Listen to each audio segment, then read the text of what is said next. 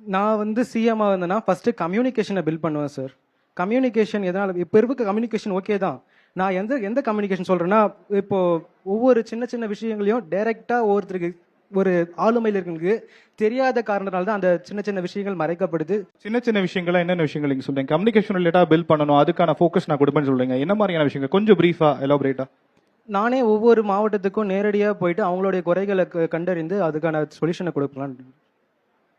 ஒரு மக்களோட சிஎம் நேரடி தொடர்பு அதுதான் அப்படி சொல்றீங்களா? ஒவ்வொரு ஒவ்வொரு நாளும் போக முடியலனாலும் ஒவ்வொரு மாசத்துக்கு ஒரு முறை ஒவ்வொரு டிஸ்ட்ரிக்ட் போயிட்டு விசிட் பண்ணி அவங்களுடைய குறைகளை கண்டறிஞ்சு சால்வ் பண்ணலாம். அதுக்கு பதிலா இப்படி யோசிங்களேன். ஒரு சிஎம்மா நீங்க இருக்கீங்க, ஒரு மாவட்டத்துக்கு ரெப்ரசன்டேட்டிவா நான் இருக்கிறேன், இன்னொரு மாவட்டத்துக்கு இவங்க இருக்கிறாங்க, உங்களுடைய டைரக்ட் கண்ட்ரோல் நாங்க இருக்கிறோம். அது பாசிபிள் தானே? நீங்க போக முடியல, அப்படி பண்ணலாம்ல, இப்படி பண்ணலாம்ல. பண்ணலாம் சார். ஆனா அவங்க எனக்கு நேர்மையா இருக்கணும்ல, அதனால நானே டைரக்டா பண்ணணும். நான் இப்போ நான் வந்து ஃபர்ஸ்ட் சிஎம் ஆனா நான் என்ன பண்ணுவேன்னா, என்னோட ஃபர்ஸ்ட் சைன் எதுக்காக இருக்குன்னா, ஃபர்ஸ்ட் ஆஃப் ஆல் கல்வித்துறையில வந்து நான் அந்த கல்வித்துறையில எனக்கு வந்து சின்ன வயசுல இருந்து உறுத்துற ஒரு விஷயம் என்னன்னா, கேஸ்ட்ங்கிறது வந்து எல்லாருக்குமே இருக்கு, நம்ம தமிழ்நாட்டுல அதிகமா இருக்கு. இப்ப கேஸ்ட் வச்சுதான் நம்ம கல்வியில எல்லாமே வந்து இடஒதுக்கீடு எல்லாமே கிடைக்குது. இப்ப பிற்படுத்தப்பட்டோர் அப்படின்னு சொல்லிட்டு சர்டன் அவங்களுக்குலாம் வந்து கல்வி ஒதுக்கீடு அதிகமா இருக்கு. இந்த மாதிரி எம்பிசி பிசி இவங்களுக்குலாம் பாத்தீங்கன்னா கல்வி ஒதுக்கீடு அவங்கள விட கம்மி தான். ஆனா நாங்க வந்து ஒரு திறமைக்கு ஏத்த மாதிரியான ஒரு திறமைக்கு ஏத்த மாதிரி அந்த கல்வி ஒதுக்கீடு அப்படிங்கிறது இருக்கணும்னு நினைக்கிறேன்.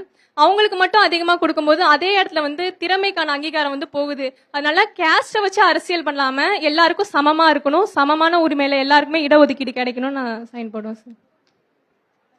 இடஒதுக்கீடு பத்தி எவ்வளவு இருக்குன்னு நினைக்கிறீங்க? இடஒதுக்கீடு மேக்சிமம் இப்போ போலீஸ் எக்ஸாம், அப்புறம் வந்து இன்ஜினியரிங் கட் ஆஃப் எடுத்துக்கிட்டீங்கன்னா கூட சர்டன் அவங்களுக்குலாம் மட்டும் இப்போ பிற்படுத்தப்பட்டோர் அப்படின்னு சொல்றவங்களுக்கு வந்து கட் ஆஃப் அவங்க கம்மியா எடுத்திருந்தாலுமே நாங்க அவங்கள விட ஒரு 10 கட் ஆஃப் அதிகமா இருப்போம்.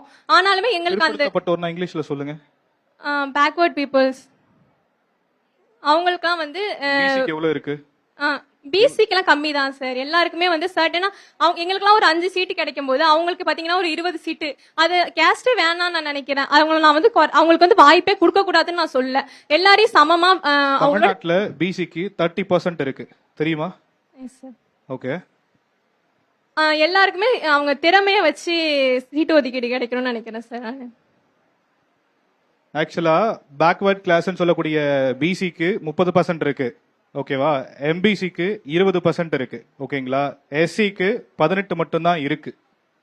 ஷெட்யூல் ட்ரைப்ஸ் அப்படிங்கிறது 1% தான் இருக்கு. பாக்கி எல்லாம் ஓப்பன் காம்படிஷன். இதுல அரசு பள்ளிகளை படிக்கக்கூடிய 7.5% இடஒதுக்கீடு அப்படிங்கிறது எல்லாருக்குமே இருக்கா? எல்லாருக்கும் கிடைக்குதா? அதெல்லாம் நம்ம ஃபோக்கஸ் பண்ணுமா இல்லையா? இதுல யார் இதுல பயன்பெறுவாங்க? யாருக்கு கூட இருக்குன்னு நீங்க சொல்றீங்க? உங்களுடைய பர்சன்டேஜ் படி நான் சொல்றேன். நீங்க ஒரு பர்டிகுலர் கேஸ்டுக்கு சில விஷயங்கள் இருக்கு அப்படின்னு சொல்றாங்க இல்லையா? இப்ப நான் உங்ககிட்ட உள்ள ஓப்பன் ஃபோரம்ல இருக்கு, ஓகேவா? இதுல யாருக்கு அதிகமா இருக்குன்னு நினைக்கிறீங்க? யார் பயன்பெறுவாங்க அதிகமா? மைக் கொடுங்க ஃபரிதா. நான் வந்து என் பெர்ஸ்பெக்டிவ்ல என்னோட ஒபினியன் தான் சார். உங்களுடைய ஒபினியன் தான் சிஸ்டர். உங்களுடைய புரிதல்ல தவறுன்னு சொல்லல, உங்களுடைய கருத்தில் நான் எடுத்துக்கிறேன். பட் உங்களுக்கு சில விஷயங்கள் இப்படி எல்லாம் ஓப்பனா இருக்கு, இதெல்லாம் பாருங்க அப்படின்னு நான் சொல்றேன். வேற ஒண்ணு இல்ல, ஒரு ரெக்வெஸ்ட் தான் சொல்றேன். நீங்க சொல்லக்கூடிய ஒடுக்கப்பட்ட மக்களுக்கு கூடுதலா இல்ல, 1% தான் இருக்கு, 18% கம்மியா இருக்கு.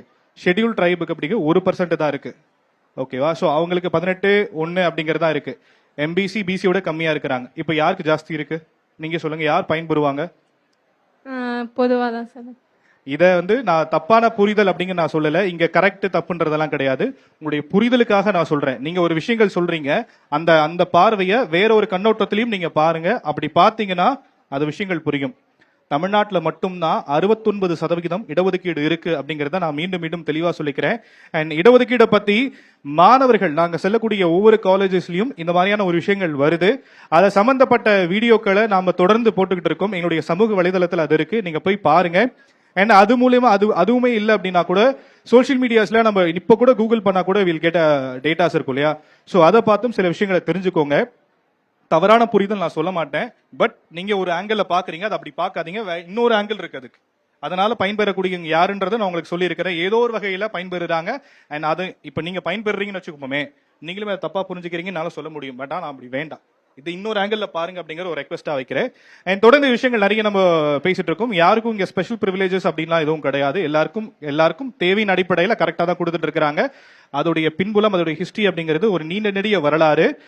ஆயிரக்கணக்கான வருடங்களுக்கு முன்னாடி சில விஷயங்கள் இருந்தது. இப்ப எப்படி இருக்கு நம்ம வந்து கம்பேர் பண்ணி பார்க்கணும். அதுக்காக கொண்டு வரப்பட்டது. அதை அப்படி பார்க்க வேண்டாம் அப்படிங்கிற ரெக்வெஸ்ட் வைக்கிறேன். இப்போ சிஎம்மா நான் இருக்கேன்னா மிகவும் பிற்படுத்தப்பட்டோர் யார் ரொம்ப பண ரீதியாகவோ ரொம்ப கீழே இருக்காங்களோ அவங்க முன்னேறதுக்காக என்ன வழி இருக்கோ அவங்களுக்கானதுக்காக தான் என் கையெழுத்து முதல் கையெழுத்தா இதில் இருக்குன்னு நான் பார்க்குறேன் சார். யாரு பின்தங்கி இருக்காங்களோ, மிகவும் பிற்படுத்தப்பட்டோர் ரொம்ப கீழே இருக்காங்களோ, பண ரீதியாகவோ அல்லது நீங்க பின்தங்கி ரீதி அப்படின்னா பொருளாதார ரீதியில சொல்றீங்களா? எந்த ஆங்கிள், எதுல அவங்கள காயின் பண்றீங்க? கேஸ்ட் பொருளாதார ரீதியாகவே, பொருளாதாரம் தான் இப்போ பெரியதாக இருக்கு. இப்போ பொருளாதாரம் இருந்தால் தான் இப்போ ஒரு இடத்துல இருந்து போக முடியும். ஏதாச்சும் இப்போ எல்லாமே பண்ணாதான் பொருளாதாரம் தான் வேணும். அதுக்காக தான் யார் பொருளாதாரத்தில் ரொம்ப பின்தங்கி இருக்காங்களோ அவங்களுக்கு முன்னேறதுக்கு வழியே என்ன இருக்கும். நீங்க சொல்றீங்க இல்லையா, அதை வந்து முன்னாள் முதலமைச்சர் எம்ஜிஆர் கொண்டு வந்தாங்க. ஆனா தமிழக மக்கள் அதை ஏத்துக்கல. அடுத்த தேர்தலே அவருக்கான ரிசல்ட் அப்படிங்கிறது படுதோல்வியை கொடுத்தாங்க. அது அப்படியே ஓரங்கட்டப்பட்டுருச்சு. அண்ட் ஃபைன், உங்களுடைய கருத்துக்களை நீங்க சொல்லியிருக்கிறீங்க. Let's see. ஓகே, வாழ்த்துக்கள். தேங்க்யூ.